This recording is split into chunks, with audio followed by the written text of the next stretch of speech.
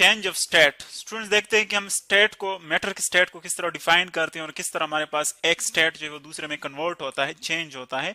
तो अगर आप देखें, जब हम स्टेट की बात करते हैं, मैटर के स्टेट की, तो हम कहते हैं कि हमारे पास जो मैटर एग्जिस्ट करता है, हमारे सराउंडिंग में जितनी भी चीजें हैं वो थ्री स्टेट्स में होती, तीन हालतों में। एक को हम कहते हैं सॉलिड स्टेट, इस स्टेट में हमारे पास ऑब्जेक्ट्स होते हैं। दूसरा जो हमारे पास है वो लिक्विड है, यानी इस स्टेट में भी ऑब्जेक्ट एग्जिस्ट करते हैं आम टेम्परेचर पर। और दूसरा हमारे पास है तीसरा, वो है गैसियस स्टेट।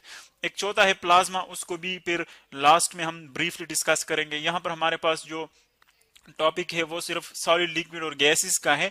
तो अगर आप देखें, जब हम कहते हैं कि एक बॉडी है वो सॉलिड स्टेट में है, तो इसका मतलब ये है कि चूंकि ऑब्जेक्ट जो होता है वो हमारे पास मॉलिक्यूल से बना होता है। तो अगर आप सॉलिड के मॉलिक्यूल्स देखें, जिस तरह के पत्थर है फॉर एग्जांपल आपके पास, या आपके पास फॉर एग्जांपल वुड है, इस तरह की चीजें अगर आप देखें तो वो क्या करती हैं कि उनके मॉलिक्यूल्स बहुत ज्यादा क्लोजली पैक्ड होते हैं, यानी इनके दरमियान डिस्टेंस क्या होता है, बहुत ज्यादा स्मॉल होता है। तो जब डिस्टेंस स्मॉल होता है तो हम कहते हैं कि इन मॉलिक्यूल्स के दरमियान जो इंटर मॉलिक्यूलर फोर्सेस है वो बहुत ज्यादा स्ट्रांग होती है, यानी इनकी बॉन्ड एनर्जी बहुत ज्यादा स्ट्रांग होती है और इनको हम आसानी के साथ एक दूसरे से सेपरेट नहीं कर सकते। या हम यूं कहते हैं कि इनके जो मॉलिक्यूल्स हैं वो अपनी जगह पर फिक्स होती हैं एक खास टेम्परेचर पर, यानी वो अपनी जगह पर वाइब्रेशन तो करते हैं, आगे पीछे मोशन करते हैं, बैक एंड फोर्थ मोशन या अप एंड डाउन मोशन भी हो सकता है ये वाइब्रेशन, लेकिन वो एक पॉइंट से दूसरे पॉइंट तक शिफ्ट नहीं हो सकते, तो इसको हम वाइब्रेशन कहते हैं। तो अगर फिर हम इनको फॉर एग्जांपल हीट दे दें, हीट प्रोवाइड कर लें, तो क्या होता है कि जब आप इसको हीट प्रोवाइड कर दें तो हीट हमारे पास एक्चुअली ट्रांसफर ऑफ एनर्जी है, यानी हम क्या करते हैं कि सॉलिड ऑब्जेक्ट को एनर्जी ट्रांसफर कर रहे हैं, सॉलिड ऑब्जेक्ट को क्या ट्रांसफर कर रहे हैं, एनर्जी ट्रांसफर कर रहे हैं हीट फॉर्म में। तो ये एनर्जी जब उसको प्रोवाइड करेंगे, मॉलिक्यूल्स की एनर्जी बढ़ जाती है। जब उनकी एनर्जी बढ़ जाती है तो वो बहुत ज्यादा स्पीड के साथ या बहुत एनर्जी के साथ वाइब्रेशन स्टार्ट कर लेते हैं। देखिए अब इनका जो स्पेस होता है वो भी ज्यादा बन जाता है, वाइब्रेशन का एनर्जी भी ज्यादा हो जाती है, स्पीड भी ज्यादा हो जाता है। तो हम कहते हैं कि अगर आप इसको मजीद ज्यादा हीट प्रोवाइड करते जाएं तो एक पॉइंट ऐसा आता है कि इनके दरमियान जो डिस्टेंस है, जो बॉन्ड एनर्जी है वो वीक हो जाती है, जो एनर्जी आप इसको दे रहे हैं वो डोमिनेंट बन जाती है, ज्यादा हो जाती है, और मॉलिक्यूल्स को एक दूसरे से सेपरेट करने में जो है वो फिर कामयाब हो जाती है। तो हम कहते हैं कि मॉलिक्यूल्स के दरमियान डिस्टेंस बढ़ता है उसके बाद, और जिस टेम्परेचर पर ये अकर होता है, हैपन होता है कि जिसमें मॉलिक्यूल्स एक दूसरे से दूर चले जाएं, तो एक स्टेट जो है वो दूसरे में कन्वर्ट हो जाता है। तो इसको हम क्या कहते हैं, इसको हम कहते हैं मेल्टिंग, यानी जो सॉलिड स्टेट है वो क्या करता है, वो लिक्विड में चला जाता है। तो इस प्रोसेस को हम मेल्टिंग कहते हैं। अगर आप देखें जो सॉलिड हमने दिखाया हुआ है तो उसमें मॉलिक्यूल्स बहुत ज्यादा क्लोजली पैक्ड है, एक दूसरे के साथ ऑर्डर में है। जब उसको हम हीट दे देते हैं, देखिए लिक्विड को आप देखें, मॉलिक्यूल जो है उनके दरमियान डिस्टेंस बढ़ जाता है और वो डिसऑर्डर में आ जाते हैं, यानी उनके दरमियान ऑर्डर फिर नहीं रहता, वो एक खास ऑर्डर में नहीं रहते, बल्कि उनके दरमियान जो डिस्टेंसेस होते हैं वो भी थोड़े से दूर होते हैं, ज्यादा होते हैं कंपैरेटिवली सॉलिड्स के मुकाबले में। और जो उनका ऑर्डर होता है मॉलिक्यूल्स का, वो एक खास पैटर्न में नहीं होते, रेगुलर पैटर्न में नहीं होते, डिसऑर्डर में होते हैं। तो इसी तरह अगर हम इसको और एनर्जी प्रोवाइड करें, लिक्विड्स को एनर्जी प्रोवाइड कर ले, सॉलिड से लिक्विड बन गया, मॉलिक्यूल्स दूर होते गए इनके दरमियान, अब ये जो मॉलिक्यूल है ये सॉलिड्स के मुकाबले में कंपैरेटिवली फ्री होते हैं, यानी एक जगह से दूसरी जगह शिफ्ट हो सकते हैं। अगर इनको हम मजीद एनर्जी प्रोवाइड कर रहे और इसको हीट प्रोवाइड कर रहे तो फिर क्या होता है, इनकी जो वाइब्रेटरी एनर्जी है वो और भी बढ़ जाती है, और एक टाइम ऐसा आता है कि इनकी वाइब्रेटरी एनर्जी इतनी बढ़ जाती है कि मॉलिक्यूल्स के दरमियान जो बॉन्ड्स है वो ब्रेक हो जाते हैं, यानी इनकी जो बॉन्ड है उन पर हमारा जो प्रोवाइडेड एनर्जी है वो डोमिनेंट हो जाती है, बॉन्ड्स ब्रेकिंग ऑफ बॉन्ड्स होती है, और जो लिक्विड स्टेट है वो कन्वर्ट हो जाता है, चेंज हो जाता है सॉलिड स्टेट में, सॉरी गैसियस स्टेट में। तो यहाँ पर गैसियस स्टेट में अगर आप देखें, जब लिक्विड से गैसियस स्टेट बनता है तो देखें मॉलिक्यूल्स बहुत ज्यादा एक दूसरे से दूर हैं, और ये इतने दूर होते हैं एक दूसरे से, इतने रैंडम ऑर्डर में होते हैं, रैंडम होते हैं कि इनके दरमियान जो एनर्जी है, जो बॉन्ड्स एनर्जी है वो हम निगलेक्ट करते हैं, मतलब हम जीरो लेते हैं, क्योंकि इनकी अपनी जो वाइब्रेटरी एनर्जी है वो बहुत ज्यादा डोमिनेंट बन जाती है।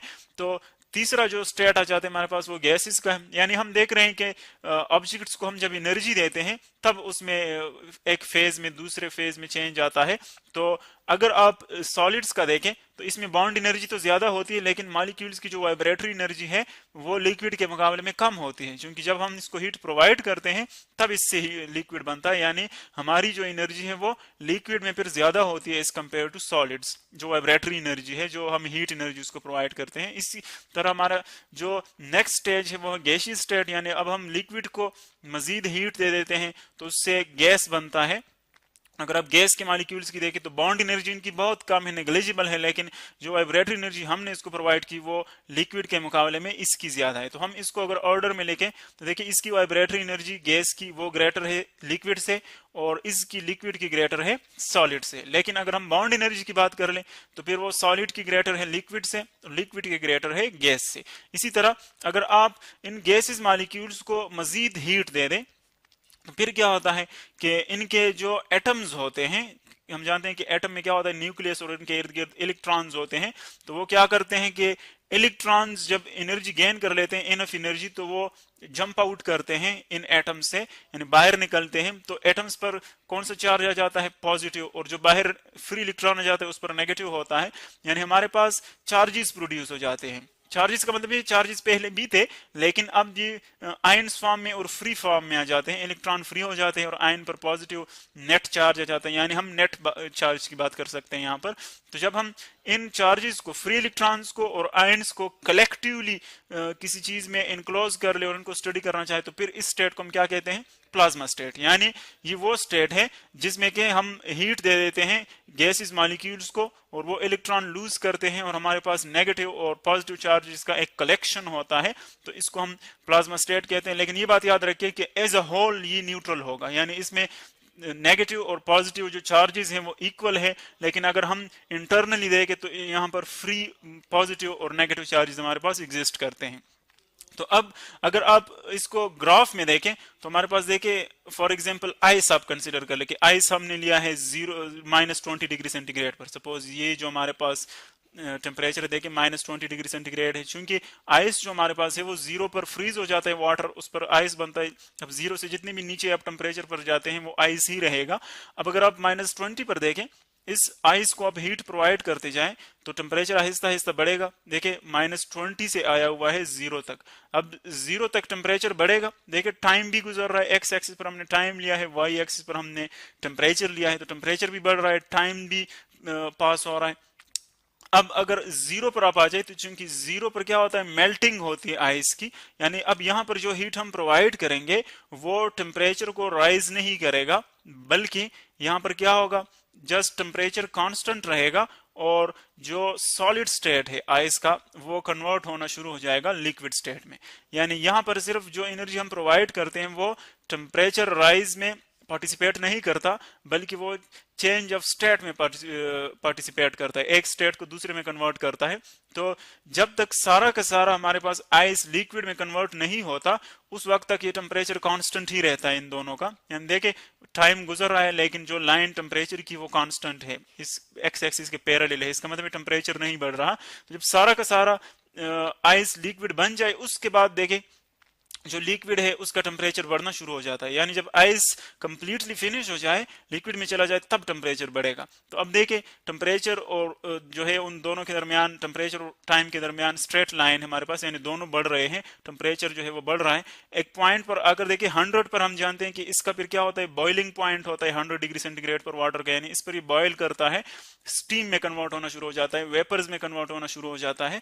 तो अब यहाँ पर जो एनर्जी आप इसको देंगे वो भी टेम्परेचर को राइज नहीं करेगा, क्योंकि यहाँ पर फिर अगेन एक चेंज ऑफ स्टेट हो रहा है, लिक्विड कन्वर्ट हो रहा है स्टीम में, हमारे पास वेपर्स में। तो फिर ये यहाँ पर कांस्टेंट टेम्परेचर आपके पास आ रहा है। देखिए एक स्ट्रेट लाइन है, एक्स एक्सिस के स्ट्रेट, एंड टेम्परेचर नहीं बढ़ रहा।